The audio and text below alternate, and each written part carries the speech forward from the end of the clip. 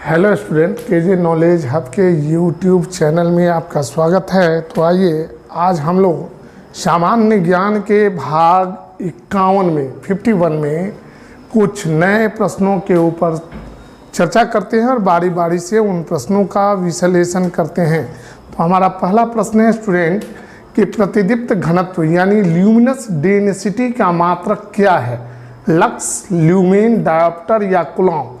तो luminous density का मात्रक जो होता है वह होता है लक्स।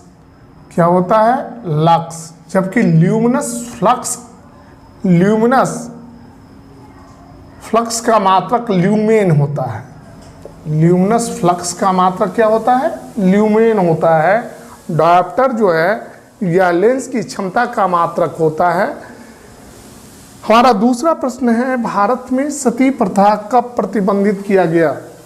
तो राजा राम मोहन राय को आधुनिक भारत का जनक माना जाता है। उनके विरोध स्वरूप लॉर्ड विलियम बेंटिक ने 1829 में भारत में सती प्रथा को प्रतिबंधित किया था। हमारा ऑप्शन है 1828, 1829, 1831 या 1835। तो राजा राम मोहन राय के विरोध के फलस्वरूप उस समय के गवर्नर, कलकत्ता के गवर्नर लॉर्ड विलियम बेंटिक ने 1829 में सती प्रथा को प्रतिबंधित कर दिया। तो हमारा उत्तर होगा 1829। हमारा अगला सवाल है भारत के कितने राज्यों में वर्तमान में विधान परिषद है? 5 अगस्त 2019 के पहले जम्मू कश्मीर में भी विधान परिषद थी, लेकिन 5 अगस्त को उसको केंद्र शासित रूप में परिवर्तित कर दिया गया। तो वर्तमान में भारत के कितने राज्य हैं जहां पर विधान परिषद है? ये राज्य 3 हैं या 4 हैं या 5 हैं या 6 हैं? तो भारत के जिन राज्यों में वर्तमान में विधान परिषद है उसका नाम है बिहार, उत्तर प्रदेश,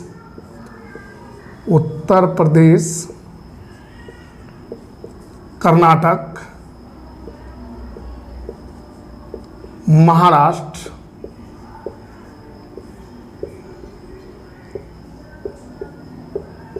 आंध्र प्रदेश और तेलंगाना। आंध्र प्रदेश और तेलंगाना, यहाँ पर वर्तमान में विधान परिषद है।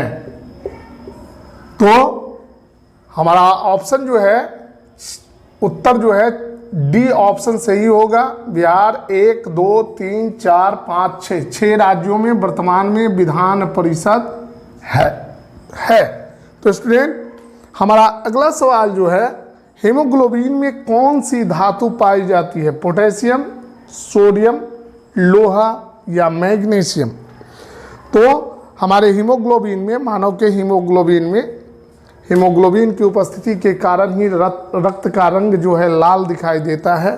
तो हीमोग्लोबिन में जो धातु पाई जाती है उसका नाम है लोहा यानी फेरस। इसकी कमी से जब शरीर में लोहे की कमी हो जाती है तो एनीमिया यानी अरक्तता नामक बीमारी होती है। खासकर बीमारी महिलाओं में होती है।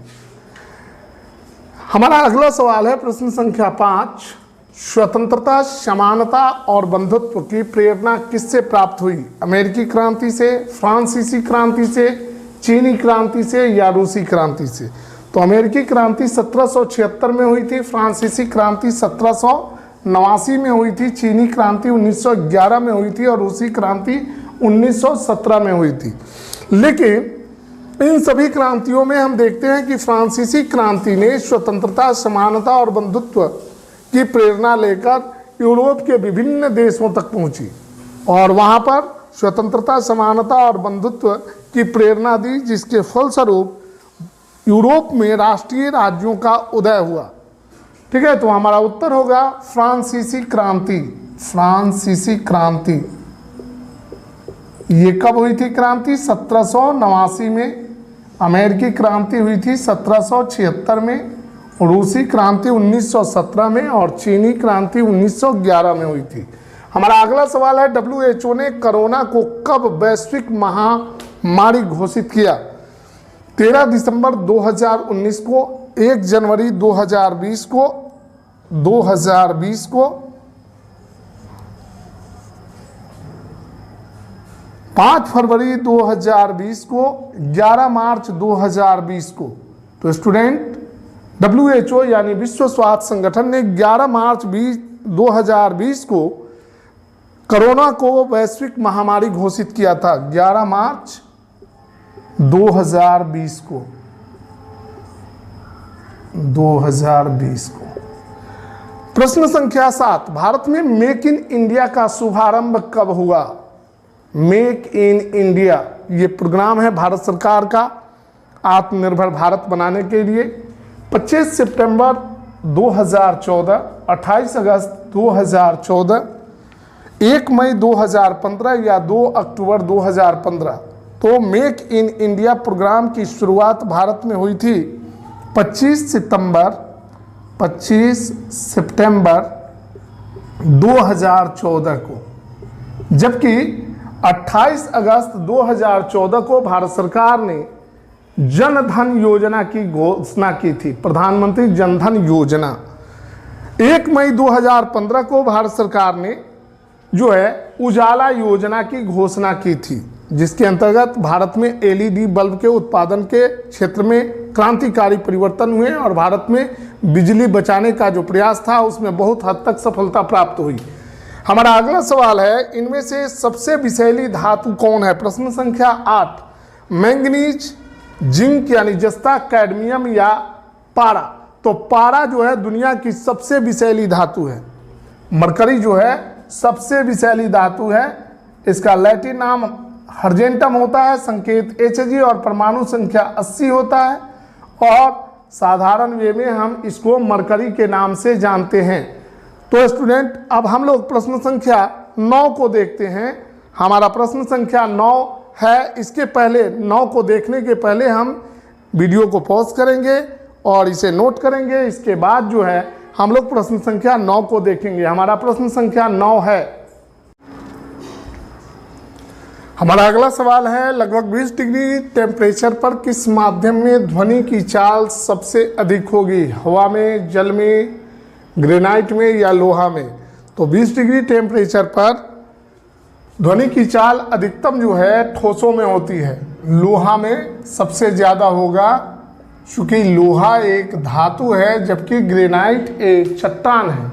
तो चट्टान से होकर ध्वनि का संचरण नहीं हो पाता है, लेकिन चूँकि धातुएं जो है वो ध्वनि का संचरण करती हैं, इसलिए हमारा उत्तर लोहा होगा। हमारा अगला प्रश्न है, रेयॉन के निर्माण में किस पदार्थ का उपयोग कच्चे माल के रूप में किया जाता है? सिलिकॉन, नायलॉन, सेलुलोज या प्रोटीन?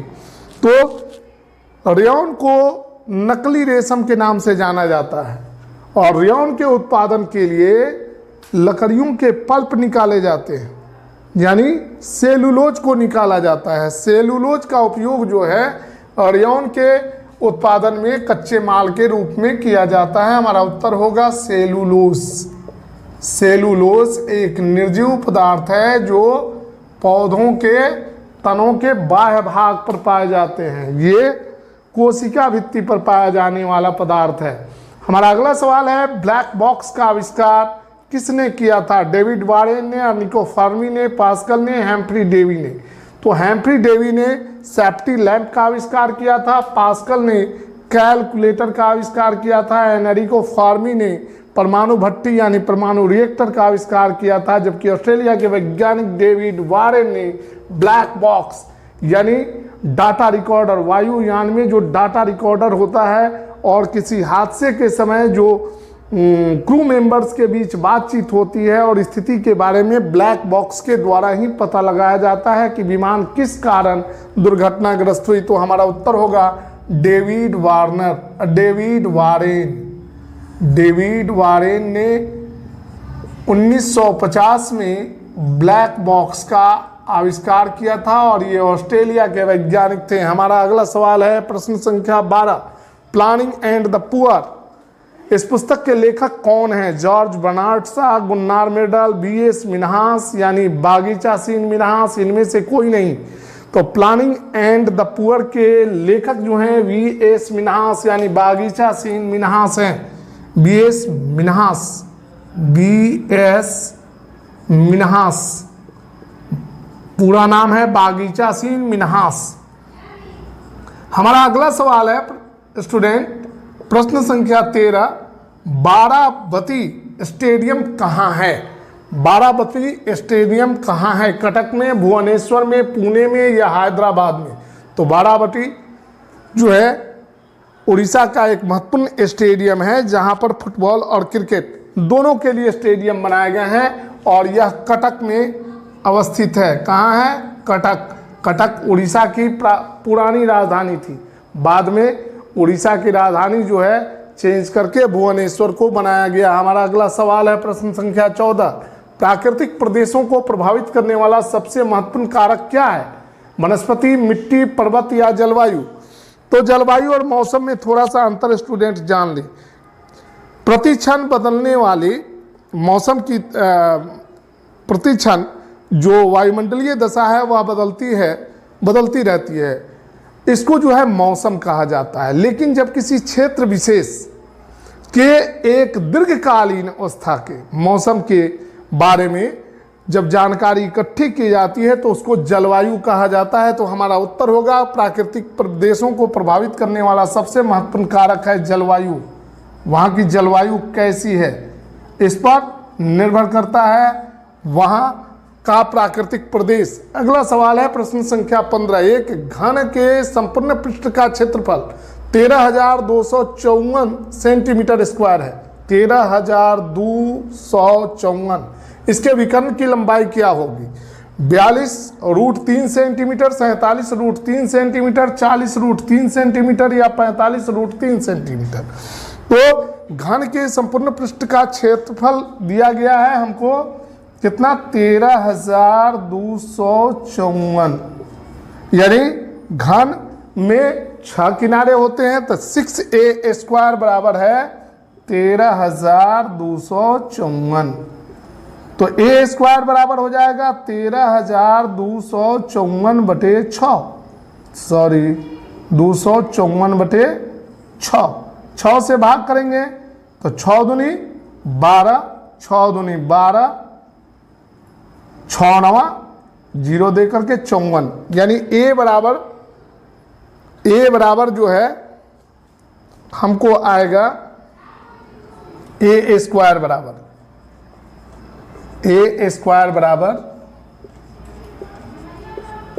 2200, 6 दूनी 12, 6 दूनी 12, 6 9 54। तो ये बराबर हो जाएगा √2209 बराबर हो जाएगा 47 सेंटीमीटर। चूंकि घन के विकर्ण की लंबाई होती है √3a, तो a के जगह पर हम क्या लिखेंगे? √3 × 47। तो हमारा उत्तर क्या होगा? 47√3 सेंटीमीटर। इसमें ऑप्शन बी हमारा उत्तर होगा 47√3 सेंटीमीटर। तो स्टूडेंट हमने आपके समक्ष आज 15 प्रश्नों को बारी बारी से देखा और रखा और बारी बारी से उसके आप विश्लेषण करने का प्रयास किया। अगर आपको वीडियो अच्छा लगे तो आप इसे लाइक करें, शेयर करें, सब्सक्राइब करें और हमारे अगले वीडियो का इंतज़ार करें। तब तक के लिए हम आपसे विदा लेते हैं। धन्यवाद।